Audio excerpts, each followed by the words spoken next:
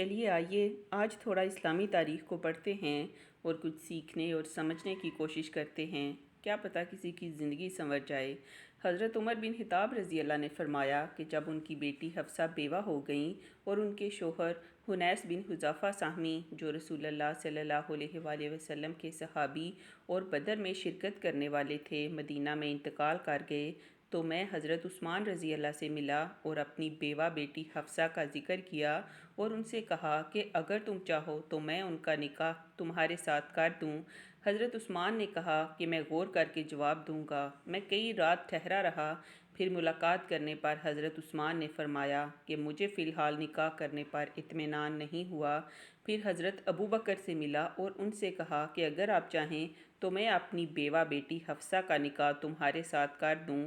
حضرت ابوبکر خاموش ہو گئے اور کوئی جواب نہیں دیا۔ مجھ کو حضرت ابوبکر کی اس سرد مہری سے اس سے بھی زیادہ رنج ہوا جتنا حضرت عثمان کے انکار سے ہوا تھا۔ میں کئی راتیں ٹھہرا رہا کہ اتنے میں رسول اللہ نے اپنے لیے حفصہ کے نکاح کا پیغام بھیجا۔ میں نے فوراً ان کا نکاح رسول اللہ سے کر دیا۔ اس کے بعد حضرت ابوبکر مجھ سے ملے تو کہنے لگے کہ شاید تم کو میرا جواب نہ دینا ناگوار گزرا ہوگا۔ میں نے کہا کہ ایسا ہی ہے۔